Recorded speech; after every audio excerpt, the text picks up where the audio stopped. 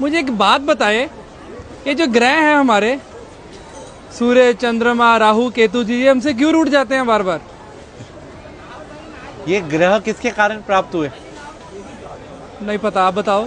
शरीर से ही ना। जी। शरीर किससे प्राप्त हुआ? माता पिता से। माँ पिता से ना। माँ पिता कौन है? पिता सूर्य, माँ चंद्रमा। अच्छा। सारे ग्रहों की जो शक्ति है वो कहाँ से प्राप्त होती है? सूर्य से। जी। चंद्रमा से। जी।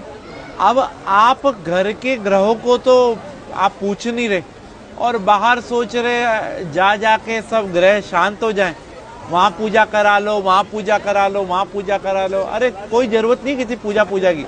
अगर आप अपने माँ पिता को प्रणाम करते हैं ना और उनकी सेवा करते हैं तो आपको किसी भी पूजा की जरूरत नहीं है। मतलब जो बाहर दान पुण्य करता है, किसी गरीब को, किसी नीडी को खिला रहा है, और घर में माता पिता को नहीं पूछ रहा, तो कोई फायदा नहीं दान पुण्य का भी। क्या फायदा ये तो बताओ। और मंदिर गुरुद्वारे जाने का भी कोई फायदा कोई फायदा नहीं। भाई सबसे पहले भगवान कौन है? माता पिता। जिसने अपने माँ पिता की सेवा कर ली उसने सब कुछ जीत लिया। अगर वो अपने माँ पिता की सेवा नहीं कर सकते तो उनका कोई भी दान व्यर्थ है। आज जो गणेश जी अग्रसर हैं, सबसे पहले उन्हीं की पूजा होती है। क्यों? उन्हें ब्रह्मांड के 3 चक्कर की जगह माँ पिता की परिक्रमा कर ली थी। तो हम कैसे खुश कर सकते हैं अगर कोशिश करना चाहे कोई बच्चा?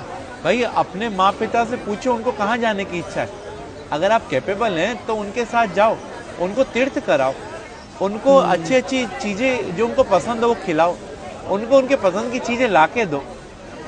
पिता तो फिर भी एक बार वो कह देगा बेटा ये नहीं, ये ला दे, ये नहीं। माँ को कुछ नहीं चाहिए, माँ को तो चाहिए उसका बेटा उसकी सुन ले। हाँ।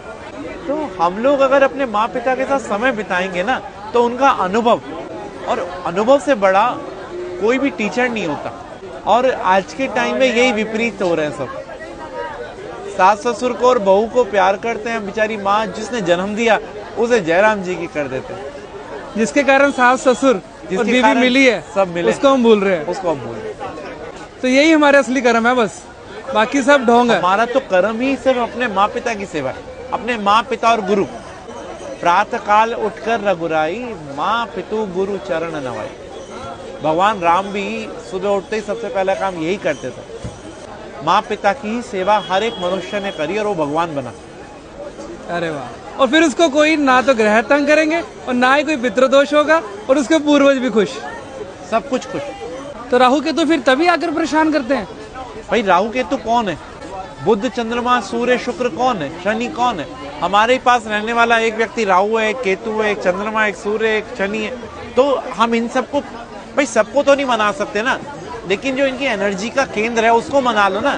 पिता को प्रणाम करने से सूर्य, पिता की सेवा करने से सूर्य, पिता की सेवा करने से हमारे सारे ग्रह शांत हो जाते हैं। आज जो मुस्कान आपके चेहरे पे है उसका कारण कौन है? माता पिता ना। तो वही मुस्कान अगर उनके चेहरे पे आ रही है तो, और कारण आप हो, तो वाह। आपकी वाणी सौम्य होगी तो आपका बुध अच्छा है। आप अगर तेजवान है तो आपका सूर्य अच्छा है। आप अगर सौम्य है तो आपका चंद्रमा अच्छा है। आपकी पत्नी अच्छी मिल गई तो आपका शुक्र अच्छा है। अगर 5-7 गर्लफ्रेंड मिल गई तो और अच्छा है, है? शादी से पहले बाद में नहीं, फिर बुरा है। क्या बात है पंडित जी, आप जिस प्यार से और जिस इतनी आसानी के साथ समझा देते हैं ना, मतलब जो आज के भटके हुए समाज में आप जिस सही डायरेक्शन में डाल रहे हैं ना, मन खुश हो जाता है यहाँ पर आके।